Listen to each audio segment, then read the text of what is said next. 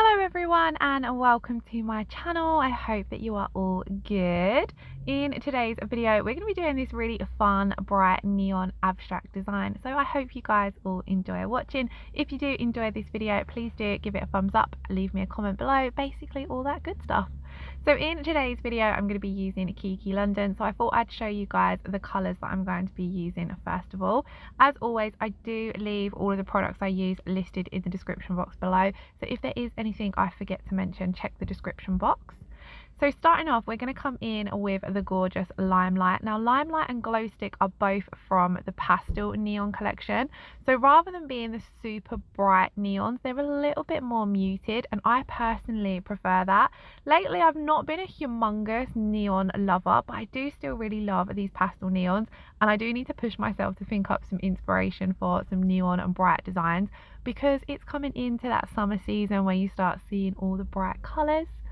So anyway, I'm coming in first of all and doing a first coat of colour of all of those colours. So we've got the Limelight blush on the two middle nails and then a Glow Stick on the pointer finger. If I was doing this, say, on myself and I needed a thumbnail, I probably would do the thumbnail blush and then do the abstract design on that one as well. I usually tend to keep my thumbnail the same as one of my other nails in the set, if that makes sense. So I've applied my first coat nice and thin, cured that for 30 seconds, and then I'm going to come in and apply the second coat of colour. The second coat of colour is where you're going to really see your coverage come through and the colours pop.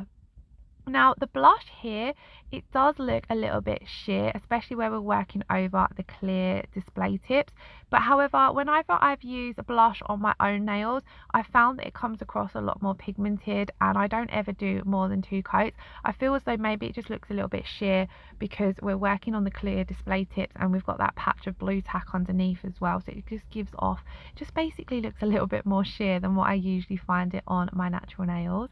It's such a gorgeous colour. It's one of my favourite nudes from Kiki London. I find that it matches my skin tone absolutely beautifully. It's got that pinky beige colour to it. I just absolutely love it. So once we have got both coats of colour down and I've cured that second coat, we can jump on to doing a little bit of nail art. I did really love as well how the blush looked against the two bright colours. I definitely love a splash of colour rather than a full-on coloured set lately, so I'm really loving the fact that we've got a bit of nude breaking up the neons. So for the nail art, my abstract design, I'm going to take both the Glow Stick and the Limelight on my Kiki London palette, and then I'm going to be using my striped liner brush for all of the hand painting. Now I find abstract designs fairly easy to do when it comes to the painting technique. I don't feel, you can choose to basically not do crisp sharp lines, you can just have some fun with it. So that side of it I find fairly easy. It's not too hard to paint on, especially if you're like me and struggle with hand painting. However, one of the things I find tricky about abstract designs is I kind of always feel like I don't really know what to do. I stroll through Instagram, Pinterest, and I look at all these really fun, cool abstract designs, and I just, when it comes to actually doing the nails, I just feel like I don't know what I'm painting on. So I kind of just ended up winging this set after having a good look through Instagram and Pinterest earlier on in the day, and I decided I was just going to paint on some wavy patches and circular sort of shapes onto the nail. So it was very, very simple. However, I did feel as though once you've done your sort of colours, in this set I do stamping and then I add on the eggshell top coat on certain places, I felt as though that did tie the entire sort of abstract design together. So perhaps I was just overthinking it a little bit, but let me know in the comments below, you know, how you find doing abstract designs and where you get your inspiration from for doing them. I had a good look through Pinterest and I decided to not just look at nails, to look at, just searched abstract basically, and it brought up lots of different things, and that did help a little. So as you can see, I load up my striped liner brush with my gel polish and I'm just painting on. I kind of draw on the outline and then fill it in.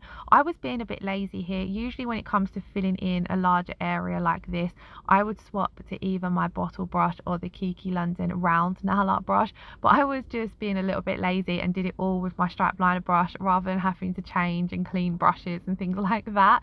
I was just, you know, in that kind of mood where I was like, just going with the flow and using the stripe liner brush. This is my favourite brush though. I absolutely love it. I find that I use it the most for any kind of hand painted nail art. It's got a nice medium length bristles, and then it's nice and thin as well, so I find it's really easy for getting neat lines with. I love it for things like a French as well. So I'm just coming in, finishing up this first coat of colour, and then once I've done the first coat of colour on both nails, I'm going to pop this in to cure for 30 seconds. And then once we've cured that for 30 seconds, I'm going to come in and just go over the top of it and give it all a second coat of colour. It's a lot easier doing your second coat of colour because you're just following what you've done on the first coat. But I did feel as though sometimes with these colours actually you can get away with only using one coat. Like a lot of the time when I've used the pastel neons over a white base for nail art, I felt as though one coat was fine in certain situations. But where I was working over the blush on this particular set, I felt as though it really needed that second coat of colour to make it pop, just because it made the colours appear a little bit more muted on the first coat where we was going over blush. So when we come in and add that second coat of colour, it all nicely pops. Kiki London do recommend that all of their gel polishes do have a two-coat system basically. However, I have found a lot of the colours are quite pigmented, so there are certain situations where I'll just do the one coat. But like I said here, because we're working with bright colours and we want that colour to really pop, that's why I decided to make sure I did two coats on all of the nail art that I did. And it was fairly easy to do because, like I said, you're just coming over the top. So I'm just going to let you guys watch this bit, as I don't really have much to say on the actual technique. Like I said, it was all very simple. So whilst I'm doing this, I thought I would check in and ask you all how you are doing. I hope you're all keeping okay. Here in the UK, we've had a little bit of sunny spring weather, which has been really, really nice. I feel as though winter dragged on for ages, so it's really nice to have a little bit of sunshine. I've had a few barbecues lately, and it's been really nice to be able to sit out in the garden. I know personally for me, a little bit of sunshine really improves my mood, so I hope that you have had a nice weather wherever you are. Another thing that's been really nice about the nice weather is being able to take the dog for a walk without it raining or without him coming back covered in mud. In October last year, I got a little cockapoo puppy, so he's 8 months old now. I'm not 100% sure if I've shared a picture of him on the channel. I'll have to pop one up on the community tab, but he is an absolute bundle of fun. But having him throughout the winter has meant so many muddy, wet walks. So it's so nice that now it's sunny and we're in that spring season that I can take him for a walk without him coming home absolutely caked in mud. But yeah, so that's been really, really nice. Back to the nails, I'm just finishing off that second coat of colour, filling in those colours, and as you can see, like I said, that second coat of colour really makes our colours pop. Once I have done this second coat of colour on both of the nails, I'm going to pop this into cure for 30 seconds. You could flash cure each nail if you were working on clients so that they don't smudge each finger.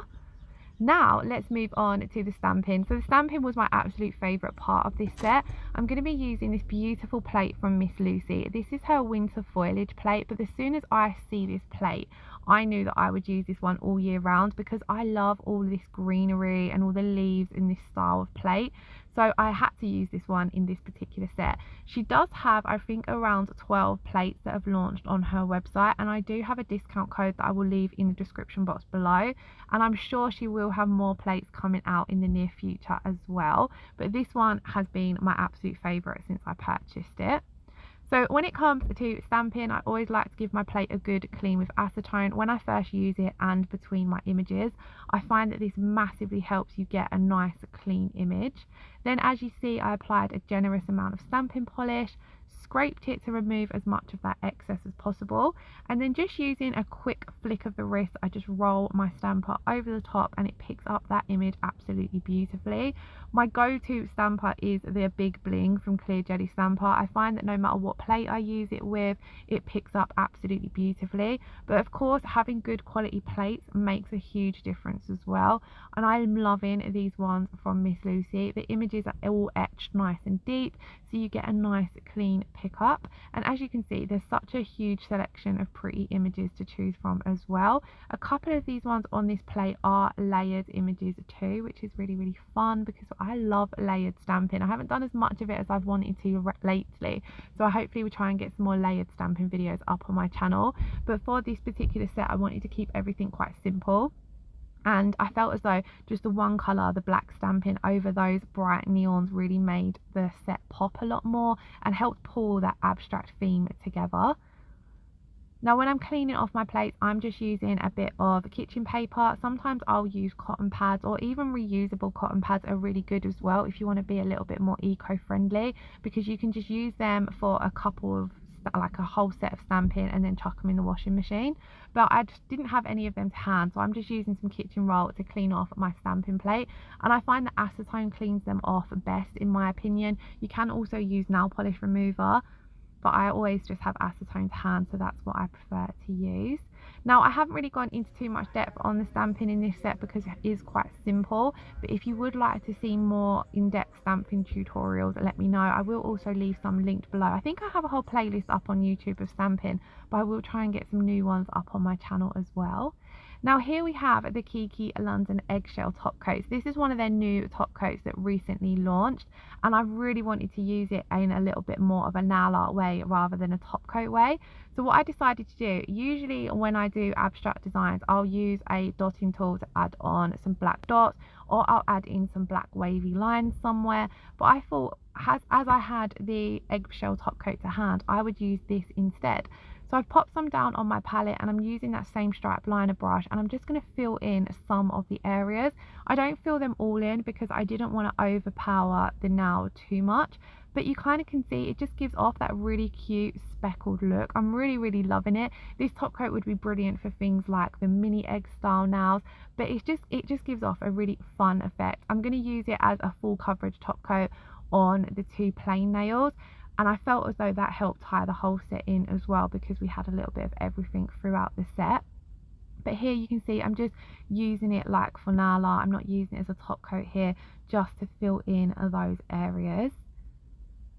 And it kind of saved and was a little bit easier than using a dotting tool to add on some more black as well. But obviously it doesn't, the speckles are more speckled, shattered shaped rather than your classic circular dots. But one of the great things about abstract is you can really play around, and there aren't necessarily any rules to make anything look a certain way.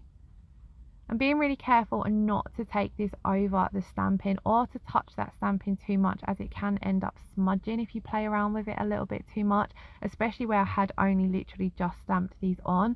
And I also wanted to make sure everything looked nice and smooth as well, so I didn't want to take this top coat over the stamping. As I said, I'm going to come over the top on the two plain nails and do a full coat of this. Now this particular top coat does give off a glossy finish, and I wanted this entire set to be matte. So although I'm using it like you would for a top coat on these two nails, I am going to come over and top coat again with my matte top coat because I wanted a matte finish. But if you didn't want a matte finish on the two plain nails, they would be finished now, because this seals in all of your gel polish and works exactly the same as a regular top coat. It just has that eggshell finish. So it does require a 60-second cure, so I've cured that for 60 seconds, and you can see it looks so fun, especially over the two neon bases. But like I said, I really wanted this set to be matte. For me, I personally prefer abstract nails when they are matte compared to when they are glossy. So I'm going to take a thin layer of my Kiki London No White matte top coat and apply this to all of the nails. If you didn't want to have this set matte and you wanted just a whole entire glossy set, you could just come in over the two middle nails with a standard No White glossy top coat, because of course we do still need to top coat those two nails, as we didn't fully top coat them using the eggshell top coat, so we need to top coat them to seal in that stamping. Now that I have finished applying my No White matte top coat, I'm going to pop these in to cure for a full 60 seconds. And then this, guys, is the finished result. So I really loved them, and they were a really fun set to do. So I hope that you all enjoyed watching. If you do have any video requests, please do pop them in the comments below. I'm going to try and upload a new video every single Wednesday. So hopefully I will see you all again next Wednesday. Lots of love. Take care. Bye bye.